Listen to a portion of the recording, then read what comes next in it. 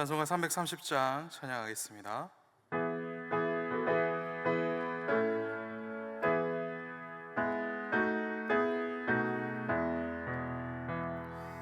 어두운 밤시 내리니 내 직분 지켜서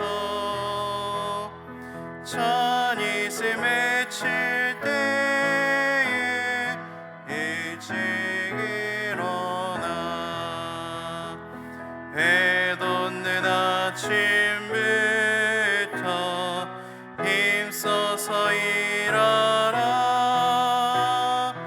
일할 수 없는 밤이 속히 오리라. 어두운 밤시 내리니 내 직분 지켜서 일할 때 일하면서 놀지 말아라. 낮에는 수고하나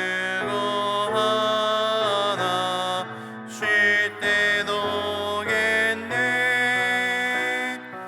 일할 수 없는 밤이 속히 오리라. 어두운 밤시 내리니 내 직분 지켜서 지는 비긴 볕에 힘써 일하고 그 빛이 닿아여서 어둡게 되어도 할 수만 있는 대로 힘써 일하라. 아멘. 오늘 화요일입니다. 우리 나라 민족 그리고 선교를 위하여서 같이 기도합시다. 그리고 우리 울산시민교회가 화목한 교회, 소망이 넘치는 교회, 그리고 칭송받는 교회 될 수 있도록 은혜해 주시기를 기도합시다.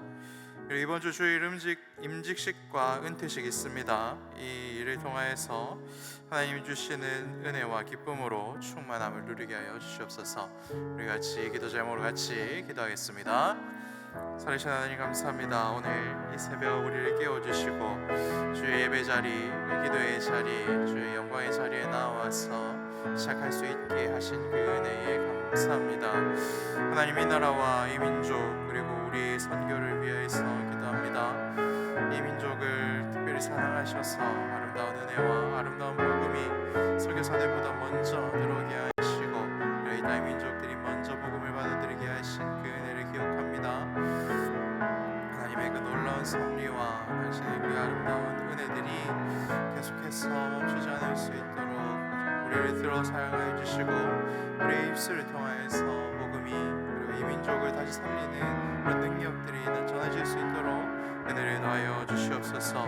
그리고 먼 곳에서 열심으로 복음을 전하시는 우리 선교사님들 주님께서 지켜주시고 보호하여 주셔서 정말 그분들의 섬김과 헌신을 통하여서 믿지 않는 자들이 다 하나님의 백성 되는 놀라운 역사들이 일어날 수 있도록 역사해 주옵소서. 낙심하는 마음과 슬픈 마음들을 함께 이 시간 올려드립니다. 선교사님들 붙들어 오시고 역사하여 주시옵소서. 주님, 이번 주 임직식과 은퇴식이 있습니다. 교회의 선출을 통하여서 정말 이분들 뽑혔는데 이분들이 임직하는 일과 열심히 수고하신 우리 직분자들 또 은퇴하는 그런 영광을 맛보게 하셨습니다. 은퇴는 하지만 하나님 나라의 백성으로서 이 땅의 교회를 위하여서 열심히 수고하며 사역하는 우리 모든 성도들 될 수 있도록 주의 은혜를 다하여 주옵소서. 주님 크신 은혜를 베풀어 주셔서 이 아름다운 일들을 통하여 우리 교회가 더욱 칭찬받고 하나님께서 기뻐하시는 교회 될 수 있도록 주의 은혜를 다하여 주시옵소서. 주님 지켜 주시옵소서.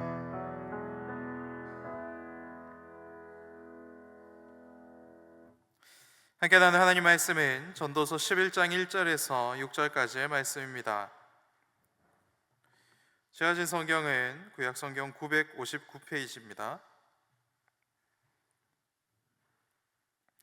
전도서 11장 1절에서 6절까지 말씀 교독하겠습니다. 너는 내 떡을 물 위에 던져라. 여러 날 후에 도로 찾으리라. 7에게나 8에게 나눠줄지어다. 무슨 재앙이 땅에 임하는지 내가 알지 못함이니라. 구름에 비가 가득하면 땅에 쏟아지며 나무가 나무로나 북으로나 쓰러지면 그 쓰러진 곳에 그냥 있으리라. 풍세를 살펴보는 자는 파종하지 못할 것이요 구름만 바라보는 자는 거두지 못하리라. 바람의 길이 어떠함과 아이 벤 자의 태에서 뼈가 어떻게 자라는지를 내가 알지 못함같이 만사를 성취하시는 하나님의 일을 내가 알지 못하느니라. 너는 아침에 씨를 뿌리고 저녁에도 손을 놓지 말라. 이것이 잘 될는지 저것이 잘 될는지 혹은 둘이 다 잘 될는지 알지 못함이니라. 아멘. 이 새벽 하나님께서 전도자를 통하여서 말씀하십니다. 오늘 하나님께서 주시는 말씀은 무엇입니까? 우리가 살아가고 있는 이 인생을 우리가 가장 모른다라는 그런 말씀을 우리들에게 주고 있습니다. 내 인생, 내가 내 힘으로, 내 계획대로, 내 의지대로 살아가는 것 같아도 당장 오늘 하루도 그리고 오늘 오전에도 어떤 일이 생길지 모르는 것이 너의 인생이니 이 모든 일을 선하게 계획하시고 선하게 이루어 가시는 하나님만을 의지하라, 이렇게 우리들에게 말씀하고 있습니다. 오늘 주신 말씀 붙들고 하나님께 기도하는 시간 되기를 소망합니다. 그러면 여러분, 인생을 모르는 우리, 당장 1분 뒤에 무슨 일이 일어날지 모르는 우리들은 어떻게 살아야 되는 것입니까? 1절 말씀을 보면 하나님께서는 이렇게 불확실한 삶을 사는 우리들은 하나님께 받은 것을 기쁜 마음으로 던져드리고 흘려드리는 그런 삶을 살아야 한다라고 말씀하십니다. 학자들은 이 1절 말씀의 해석을 놓고 크게 세 가지로 이렇게 해석하는 것을 볼 수 있습니다. 첫 번째는 가장 오래된 해석은 자선과 구제에 대한 말씀이다라고 해석하는 것이죠. 그래서 내가 가진 떡을 물에 던져서 다른 사람들도 먹을 수 있도록 흘려 보내야 한다라는 그런 의미라는 것이죠.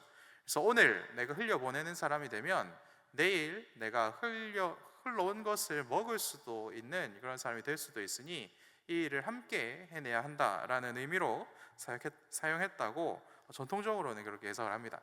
근데 요즘 신학자들은 이런 해석 말고 두 가지 해석을 주장을 하는데, 첫 번째는 이제 무역과 경제 활동을 의미하는 것이다라고 해석하는 것이죠. 그래서 바다를 통해 무역을 하고 그것으로 통하여서 이윤을 얻을 수 있도록 너희들이 일을 해야 된다라고 해석하는 것입니다. 그래서 이 망망대해로 나가는 것, 이것은 큰 위험을 감수해야 할 일인데 언제나 성공하는 것은 아니기 때문에 체계적인 준비를 하고 모험을 하여 불확실한 미래를 준비하라, 이런 의미로 사용한다라고도 봅니다. 그리고 마지막으로는 예기치 못한 행운을 뜻하는 것이다 라고 또한 해석을 내놓기도 합니다. 떡을 물에다 던지면 그 물이 물에 들어와서 이렇게 다 풀어 헤쳐지는 것이지요. 그래서 이것은 의미 없는 행동이다 라고 보는 것입니다. 그런데 그런 행동들을 계속해서 하였지만 예기치 못하였던 성공, 그래서 물속에 던져져서 풀어 헤쳐지고 불어튼 떡이 다시 온전한 모습으로 우리가 찾을 수도 있지 않겠는가. 그래서 그런 좀 운과 그러한 것들을, 성공들을 좀 이야기하는 그런 해석으로 보는 그런 분들도 있습니다. 아까도 말씀드렸듯이 요즘 학자들은 2번과 3번 해석이 조금 더 의미가 맞는 것이다라고 해석은 하지만, 그래서 공동번역 성경, 우리 한글로 번역된 공동번역 성경을 보면, 그래서 오늘 본문에 사업에 투자하라 이렇게 번역한 것을 볼 수 있습니다. 그리고 새 번역 성경을 보면 무역에 투자하라 라고 번역을 해서 오늘 본문의 의미를 이렇게 살려놓은 것도 볼 수가 있습니다. 저는 두 가지 해석에 동의는 하지만 저는 사업을 해본 적도 없기도 하고, 또 전체적인 문맥을 봤을 때 저는 현대인의 성경 해석본을 이렇게 좀 참고를 해서 오늘 말씀을 준비를 하였습니다. 현대인의 성경에서는 오늘 이 1절 말씀을 물질을 후하게 나누어 주라 라고 이렇게 번역하고 있기 때문에 그런데요. 그래서 이 번역을 중심으로, 이 내용을 중심으로, 그래서 우리 전통적으로 우리 선배님들이 지지하였던 이 번역을 중심으로 오늘 말씀을 준비해 보았습니다.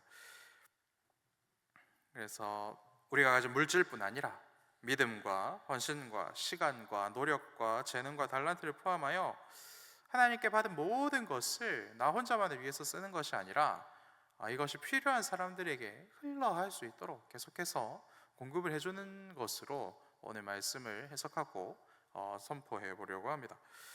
그래서 우리가 가진 것을 흘려보낸다라는 이 행위, 구제라고도 볼 수 있고 여러 가지 섬김으로도 볼 수 있는데, 이것은 사실은 하나님의 일하심을 믿는 믿음에서 출발할 수 있는 행위라는 것이죠. 그래서 이 믿음의 행동은 어디서 우리가 찾아볼 수 있습니까? 초대교회가 각자의 재산을 팔아 교회 모두 헌금하여 교회가 필요한 자들에게 그것을 사용하는 그 모습을 통하여서 시작된 것으로 우리는 볼 수가 있습니다. 그리고 그 아름다운 섬김과 아름다운 사랑이 오늘 어떻게 우리들에게 와 있습니까? 목장을 통하여서 우리가 사랑과 음식과 그리고 믿음을 나누는 것으로 계속해서 같은 일이 이어지고 있다라는 것을 우리는 경험하며 살아가고 있죠. 그래서 믿음으로 이 일에 순종할 수 있는 믿음을 가지고 있다라는 것이, 그래서 1절 말씀에 순종하는 것이 얼마나 큰 은혜인지를 우리는 목장에 참여함으로, 목장을 준비함으로 이미 충만히 누리고 있다 하는 것입니다. 우리가 목장을 통해 흘려보냄의 은혜를 매일 누리며 살아야 하는 이유는 무엇입니까? 하나님께서는 이 목장을 통하여서 인생의 풍파와 재난을 이겨낼 힘을 주시고, 그리고 주님께서 우리 목장을 인생들의 피난처로 여전히 사용하고 계시다라는 것을 오늘 본문은 우리들에게 자세히 말씀하고 있다 하는 것이죠. 그래서 우리 교회 목장들은 영혼의 대피소, 그리고 인생의 대피소의 역할을 지금도 감당하고 있는 것입니다. 영혼의 대피소의 목장은 이렇게 좋은 뷰를 자랑하고, 그리고 온갖 편한 서비스를 내어놓는 그런 숙박업소들과는 결이 다르다 하는 것입니다. 대피소는 가장 안전한 곳이어야 되고 가장 튼튼한 곳이어야 하는 것이죠. 그래서 미사일의 위협을 피하기 위한 지하 대피소는 볕은 보이지 않지만 깊은 지하에 굉장히 튼튼히 설치하는 것을 볼 수 있습니다. 산속에 있는 대피소도 안전한 곳에, 많은 사람들이 모일 수 있는 곳에 이렇게 튼튼하게 지어 놓은 것을 볼 수가 있다라는 것이죠. 그리고 그곳에는 생명을 보존하기 위한 장치들로 가득 차 있는 것을 보게 됩니다. 우리의 목장이 이러해야 한다라는 것이죠. 그럼 믿음의 대피소, 믿음의 목장은 어떻게 해야 튼튼한 곳이 되고 안전한 곳이 되는 것입니까? 오늘 말씀을 보면 흘려보내는 사랑과 그리고 흘려보내는 믿음이 있어야 한다라고 우리들이 알려주고 있습니다. 다윗이 사울을 피하여서 아둘람 굴로 들어갔을 때를 여러분 잘 알고 계시죠? 그것이 절대로 아름다운 곳이 아닙니다.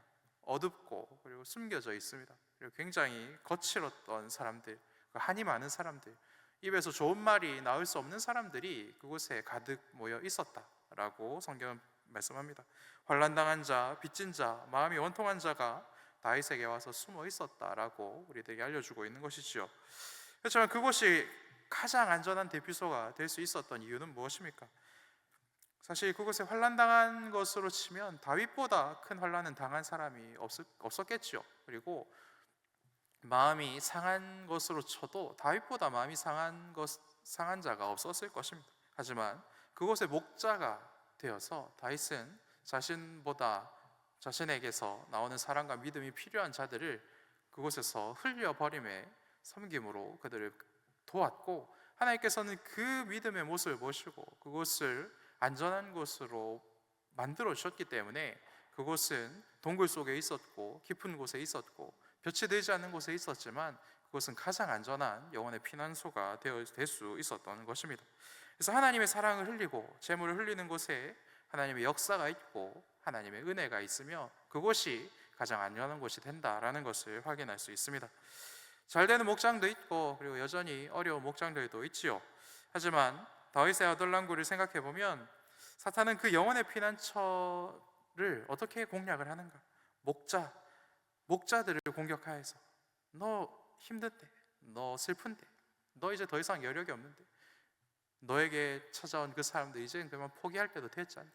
계속해서 이런 고민과 고난을 주는 것으로 포기하게 만들므로 그곳이 더 이상 영혼의 대피소가 되지 못하고 영혼의 어려움을 겪는 그것이 황무지가 되도록 계속해서 유도한다라는 것입니다. 다윗도 얼마나 많은 그런 고난을 당하였을 것이며, 그리고 십자가 앞에서 그것을 포기하도록 예수님을 유혹하였던 마귀의 전략이 계속해서 우리들에게 이어지고 있다라는 것을 우리는 오늘 말씀을 통해서 또한 확인할 수가 있는 것입니다. 그리고 이 마귀 사탄의 유혹의 전략은 계속해서 유효합니다. 그래서 예수님께서도 그것을 이겨내시는 것이 힘들었고 다윗도 마찬가지고 오늘 우리들도 마찬가지라는 것입니다. 이러한 상황을 마주하는 것, 이러한 상황을 계속해서 넘어가는 것이 쉬운 일이 아니죠. 힘에 부치고 또 어떻게 우리 목원들을 계속 끌어안고 있어야 되나? 그리고 사역하시는 분들을 어떻게 마음을 녹여서 어떻게 위로해서 같이 아름다운 사역을 만들어 가야 되나? 이런 고민들이 몰려오는 것이 이맘때부터의 사역인 것 같습니다. 하지만 그렇기 때문에 우리는 더욱 우리의 떡을 물 위에 던지는 이 행위, 흘려보내는 이 행위를, 이 아름다운 일을 멈춰서는 안 되는 것이죠.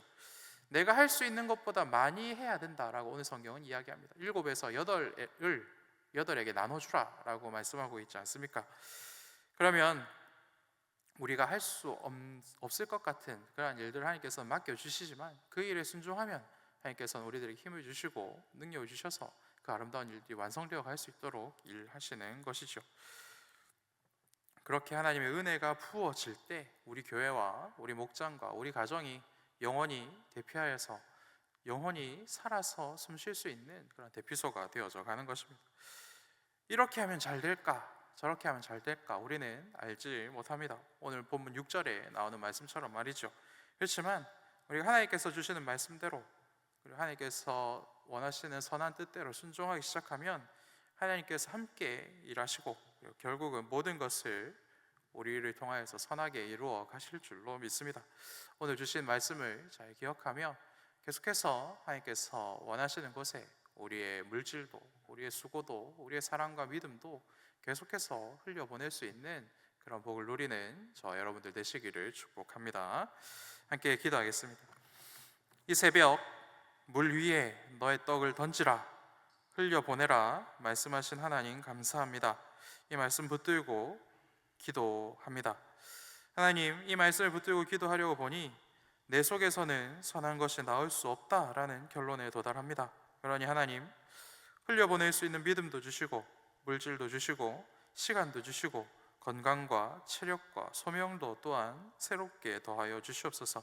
그리하여 하나님께서 주신 말씀대로 순종하는 복을 이 시간부터 또한 누릴 수 있도록 나의 마음과 생각을 잡아 주시옵소서. 오늘 내 삶과 내 걱정과 내 근심과 내 염려를 이 시간 하나님께 또한 흘려 보내드립니다. 잘 맡아주셔서 하나님의 아름다운 뜻대로 살아갈 수 있도록 하나님 나를, 우리 가정을, 우리 목장을, 우리 교회를 주님 지켜주시옵소서. 이 모든 말씀 나의 주 예수님의 이름으로 기도합니다. 아멘.